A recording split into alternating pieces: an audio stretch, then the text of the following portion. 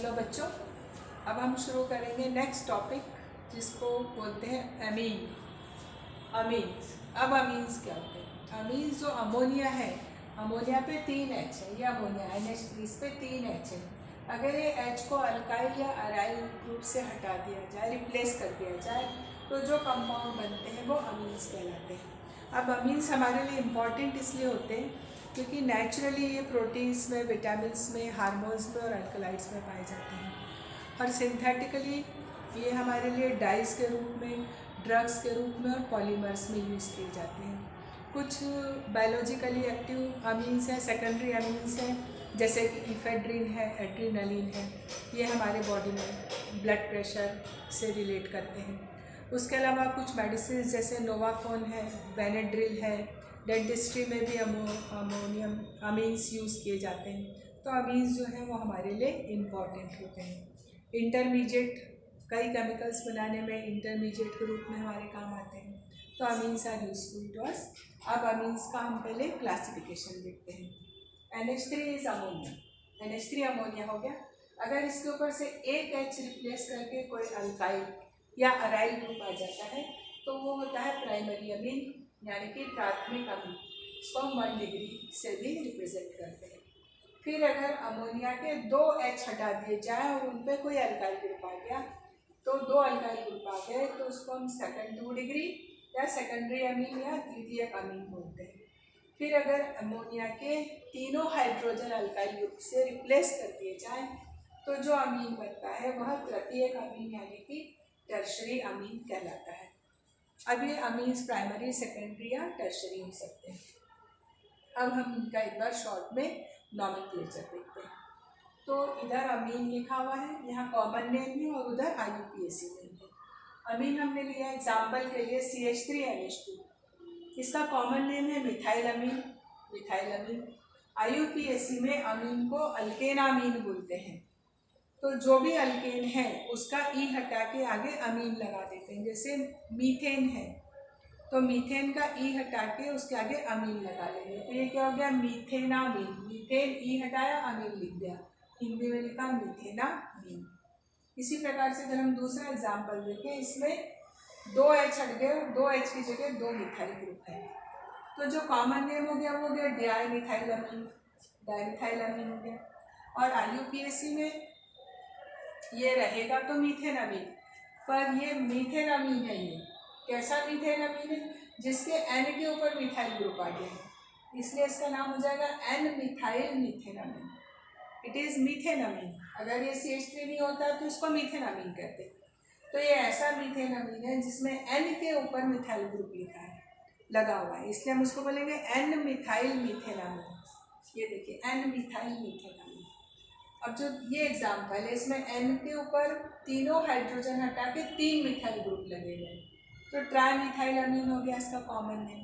अब IUPAC में ये अगर ये 2 मिथाइल नहीं होते, HH होता, तो हमने इसका नाम रखा था ये मीथेन अमीन। अब मीथेन अमीन के N के ऊपर 2 मिथाइल है, तो जैसे हम 1,1 डाइक्लोरो बोलते हैं, उसी प्रकार से NN बोलेंगे यहाँ पर, तो NN डाइमिथाइल मीथेन अमीन। N मिथाइल नहीं बोलेंगे, NN डाइमिथाइल मीथेन अमीन। IUPAC नेम क्या हो गया इसका? N कॉमा लगाया, N हाइफन लगाया, NN डाइमिथाइल मीथेन अमीन। इस प्रकार से इसका नॉमेनक्लेचर होगा।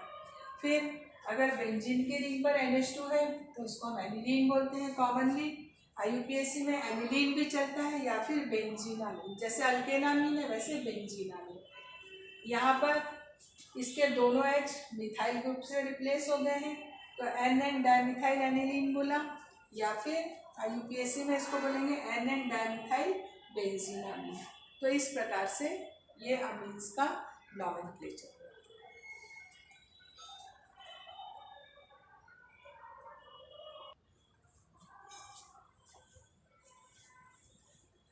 अब हम ट्राइमिथाइल अमीन की स्ट्रक्चर समझते हैं। नाइट्रोजन में यहाँ पर sp3 हाइब्रिडाइजेशन है, there is sp3 hybridization in nitrogen, therefore after hybridization we get 4 sp3 hybrid orbitals in like a tetrahedron in a tetrahedral geometry.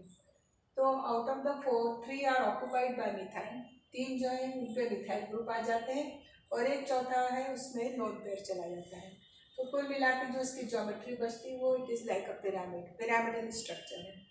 और जो बॉन्ड एंगल है वो 109.5 से रिड्यूस होकर 108 डिग्रीज में रहता है ट्राइमिथाइल में। अब हम पढ़ेंगे मेथड्स ऑफ प्रिपरेशन, विरेचन की विधियाँ, मतलब बनाने की विधियाँ, अमीन्स बनाने की विधियाँ। सबसे पहली विधि है रिडक्शन ऑफ नाइट्रो कंपाउंड्स, यानी नाइट्रो यौगिकों के अपचयन से। एग्जाम्पल के लिए हमने यहाँ पे नाइट्रोबेंजीन लिया है, तो नाइट्रोबेंजीन का रिडक्शन या तो hydrogen in presence of palladium, platinum, निकल की प्रेजेंस में प्लस इथेनॉल, तो एनिलीन बनता है। NO2 की जगह NH2 आ जाता है। अब यहाँ पर जनरली जो रिएक्शन है ये FeHCl के साथ भी की जा सकती है या TnHCl के साथ भी की जा सकती है, but FeHCl is preferred in this reaction. इस अभिक्रिया में Fe और HCl जो रिड्यूसिंग एजेंट जो है यह प्रेफर किया जाता है, क्योंकि इसमें FeCl2 बनता है और FeCl2 हाइड्रोलाइज होकर फिर से HCl दे देता है। इसलिए बस बहुत स्टार्टिंग में थोड़ा सा रिएक्शन इनिशिएट करने के लिए स्मॉल अमाउंट में HCl लगता है, उसके बाद HCl इसमें नहीं लगता है। इसी प्रकार से हम नाइट्रो अल्केन्स का, जैसे कि नाइट्रो इथेन का रिडक्शन भी सेम तरीके से कर सकते हैं, तो हमको यहाँ पे इथेनॉलिन मिल जाएगा। Next method is ammonolysis of alkyl halide. अगली विधि है अल्काइल हैलाइडों का अमोनिया अपघटन। यहाँ पर हम ethanolic solution of ammonia, ammonia का सॉल्यूशन इथेनॉल में लेते हैं, और जैसे अमोनिया के साथ अल्काइल हैलाइड लेते हैं, RH लेते हैं, तो H हट करके R आ जाता है। देखिए RNH2 आ गया, तो एक H X के संग चला गया, HX निकल गया। अब इसमें जो हाइड्रोजन, जितने 2 हाइड्रोजन बचे हैं, ये भी एक एक करके हाइड्रोजन R से रिप्लेस हो जाएंगे। मतलब पहले स्टेप में हमको प्राइमरी अमीन मिला RNH2, फिर it reacts with one more molecule of RH and gives R2NH, एक और H X के संग चला गया और बदले में R आ गया। अगले चरण में क्या होता है, एक और RH का अणु उसके साथ क्रिया करता है H के साथ, और R आ जाता है और HX निकल जाता है, तो क्या बन गया, R2NH बन गया, मतलब सेकेंडरी अमीन बन गया। Now in next step this hydrogen is also replaced. अगले चरण में ये हाइड्रोजन भी रिप्लेस हो जाता है R से, तो R3N बन गया, ये R3NH बन गया, R3NH बन गया, मतलब R3N बन गया, यानी कि क्या बन गया, टर्शरी अमीन बन गया।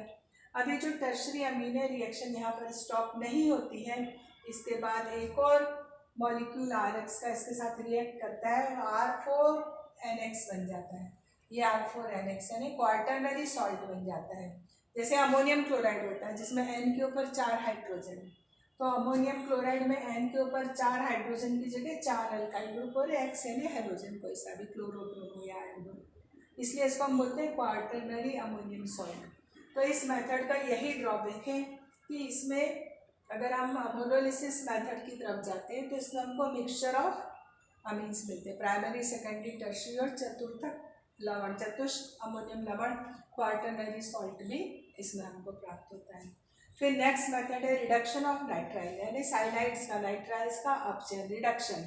नाइट्राइल का अपचयन किसके साथ, हाइड्रोजन निकल के साथ, इन प्रेजेंस ऑफ निकल, फाइनली डिवाइडेड निकल, यानी बहुत बारीक चूर्ण निकल के साथ हाइड्रोजन, या फिर सोडियम अमलगम लेते हैं विद इथाइल अल्कोहल, तो सोडियम अमलगम इथाइल अल्कोहल के साथ या हाइड्रोजन निकल के साथ, तो ट्रिपल बॉन्ड हटता है और यहाँ पर H आ जाते हैं और N पे भी H आ जाते हैं, तो क्या बनता है, RCH2NH2 यानी अमीन बन जाता है।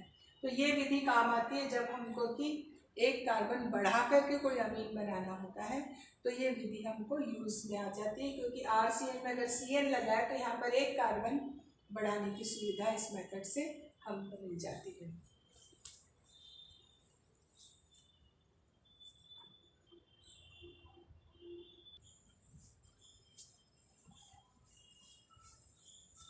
Next method of amine for preparation of amine is from amides. अब अगली विधि हम पढ़ते हैं अमीन्स बनाने की, जिसमें अमाइड्स की हेल्प से अमीन बनाया जाता है। So there is reduction of amides, amide का रिडक्शन करके, अपचयन करके, और रिडक्शन के लिए लेते हैं lithium aluminium hydride first step में, सेकंड स्टेप में वी यूज वाटर, तो RCONH2 और reduction with lithium aluminium hydride gives RCH2NH2, ये O हट जाता है, यहाँ पर H आ जाते हैं। तो अमाइड का अपचयन लिथियम एल्यूमिनियम हाइड्राइड के साथ और उसके बाद जल की क्रिया कराई जाती है, जिसमें बनता है हमको प्राथमिक अमीन बन जाता है। Next method is Hofmann's bromamide degradation reaction. Hofmann bromamide की निम्नीकरण अभिक्रिया, इसको डिग्रेडेशन रिएक्शन या निम्नीकरण अभिक्रिया इसलिए बोलते हैं कि यहाँ पर ये जो कार्बन है ये हट जाता है, एक कार्बन कंपाउंड का कम हो जाता है, इसलिए इसको बोलते हैं डिग्रेडेशन रिएक्शन। और जब भी हमको कहीं पे एक कंपाउंड में से कार्बन कम करना हो तो इस मेथड का यूज़ किया जाता है। ये मेथड में अमाइड यूज़ करते हैं, RCONH2 plus Br2 plus 4NaOH। तो RNH2 बचता है और जो CO है वो सोडियम के साथ जाता है, सोडियम कार्बोनेट बनाता है, Na2CO3, 2NaBr एंड 2H2। तो हाफमैन ब्रोमामाइड निम्नीकरण अभिक्रिया के द्वारा, हाफमैन ब्रोमामाइड डिग्रेडेशन रिएक्शन के द्वारा एक कार्बन यहाँ पर कम हो जाता है and we get the primary amine हमको मिलता है।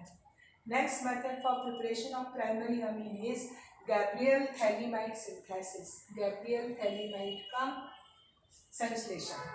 अब थैलीमाइड हमने नॉमेनक्लेचर में पढ़ा है, COH यानी थैलिक एसिड का अमोनियम सॉल्ट बनाते हैं, उसको स्ट्रॉन्ग हीट करते हैं तो वी गेट दी थैलीमाइड। ये है थैलीमाइड। थैलीमाइड की रिएक्शन करवाते हैं KOH के साथ, तो H हटता है और K आ जाता है। फिर इसकी रिएक्शन हम करवाते हैं RX के साथ। RX के साथ रिएक्शन करने पर K हट जाता है और उसकी जगह पे R आ जाता है। नेक्स्ट स्टेप में हम इसकी एक्वस NaOH के साथ NaOH का जली विलयन वाटर में सॉल्यूशन बनाते हैं, उसकी रिएक्शन कराते हैं तो यहाँ पर ये बॉन्ड 3 हो जाता है, RNH2 बन जाता है, प्राइमरी अमीन बन जाता है और यहाँ पर CONA और CONA sodium salt of phthalic acid बन जाता है और RNH2 बनता है, यानी कि प्राइमरी अमीन बन जाता है। अब इस मेथड से हम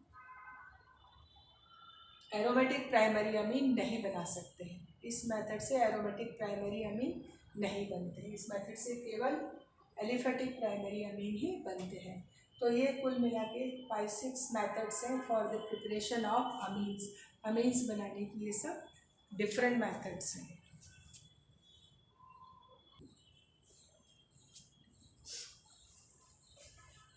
अब हम पढ़ेंगे अमीन्स के भौतिक गुण, अमीन्स की फिजिकल प्रॉपर्टीज। जो लोअर एलिफेटिक अमीन्स हैं 3 कार्बन तक के, वो गैसेज होते हैं और वाटर में सॉल्युबल होते हैं और फिशी स्मेल होती है, फिश के समान स्मेल होती है। उसके बाद 4 कार्बन से अधिक के जो हैं वो लिक्विड्स होते हैं और जो और अधिक हायर है वो सॉलिड्स होते हैं। जो अमीन्स और दूसरे एराइल अमीन्स हैं, एनिलीन और दूसरे एराइल अमीन्स हैं, वो सभी कलरलेस होते हैं, लिक्विड होते हैं, लेकिन रखे रहने के कारण एटमॉस्फेरिक ऑक्सीडेशन के कारण कलर्ड हो जाते हैं। और इनके बॉइलिंग पॉइंट अगर हम प्राइमरी सेकेंडरी टर्शरी में कंपेयर करें तो प्राइमरी अमीन्स के जो बॉइलिंग पॉइंट हैं वो सबसे ज़्यादा होते हैं टर्शरी की, सेकेंडरी और टर्शरी की तुलना में। प्राइमरी अमीन, उसके बाद सेकेंडरी अमीन और उसके बाद टर्शरी अमीन। कारण है हाइड्रोजन बॉन्ड। सबसे अधिक बॉइलिंग पॉइंट प्राइमरी अमीन का होता है क्योंकि प्राइमरी अमीन में हाइड्रोजन अधिक होने के कारण एक्सटेंसिव हाइड्रोजन बॉन्डिंग होती है, जबकि सेकेंडरी में हाइड्रोजन की संख्या कम होती है नाइट्रोजन पर, टर्शरी में होती ही नहीं, इसलिए धीरे धीरे बॉइलिंग पॉइंट कम हो जाते हैं। सबसे हाईएस्ट होते हैं प्राइमरी अमीन के। अब हम इनके पढ़ते हैं बेसिक कैरेक्टर। अमीन्स में चूँकि नाइट्रोजन के ऊपर एक लोन पेयर है and it can give its lone pair to acids, therefore it behaves as Lewis base, एक लुईस चार की तरह से काम करते हैं, इसलिए गुण में बेसिक होते हैं, क्षारकीय होते हैं। RNH2 प्लस HCl इसके साथ क्रिया करके RNH3Cl ऐसा सॉल्ट बनाते हैं। इसी प्रकार से aniline also reacts with acid and form a salt, this is NH3C6H5NH3Cl anilinium chloride. Water के साथ अगर हम देखें तो इक्विलिब्रियम में इस प्रकार से RNH3 प्लस OH निगेटिव, ये बेसिक कैरेक्टर है, RNH3 बनता है प्लस OH निगेटिव है। और अगर चूंकि ये वीक बेस की तरह से काम करते हैं, therefore there is equilibrium and because there is equilibrium we can apply law of mass action. तो जो इक्विलिब्रियम कांस्टेंट है वो इस प्रकार से हो जाएगा, concentration of RNH3 plus concentration of hydroxyl ion upon में concentration of RNH2 plus concentration of water. Because water is in large amount, its concentration remains almost same. चूँकि जल अधिक मात्रा में होता है इसलिए इसके सांद्रण में कोई ज़्यादा परिवर्तन नहीं होता है, इसलिए हम नया कांस्टेंट Kb लेते हैं, K/H2O, जिसको हम रिप्लेस कर देते हैं Kb से। तो Kb is equal to concentration of RnH3 plus hydroxyl ion upon concentration of RnH2। और जो Kb है उसका अगर निगेटिव लॉग लेते हैं तो वो होता है pKb। तो smaller is the value of pKb और the larger value of the Kb is the strong base. अब यहाँ पर कंपैरिजन के लिए कुछ pKb वैल्यूज लिखी हैं, कुछ अमीन्स की वैल्यूज लिखी है, प्लस अमोनिया की लिखी है। तो अगर हम इनके वैल्यूज देखते हैं और अमोनिया से कंपेयर करते हैं तो हमको ये समझ में आता है कि जो अल्काइल एलिफेटिक अमीन्स हैं, अल्काइल अमीन्स हैं, वह अमोनिया से ज़्यादा स्ट्रॉन्ग है और जो एरोमेटिक अमीन्स हैं वो अमोनिया से कम स्ट्रॉन्ग है। तो देखिए CH3NH2 का pKb वैल्यू है 3.38, फिर डायमिथाइल अमीन का है 3.27, ट्राइमिथाइल अमीन का 4.22, फिर अमोनिया का 4.7, एनिलीन C6H5NH2 का 9.38, एन-मिथाइल एनिलीन का 9.30 और एनिल डाइमिथाइल अमीन का 8.98। तो इस टेबल से हमको समझ में आता है कि जो एरोमेटिक अमीन है वो अमोनिया से वीक है और जो एलिफेटिक अमीन है वो अमोनिया से ज़्यादा स्ट्रॉन्ग बेसिस होते हैं।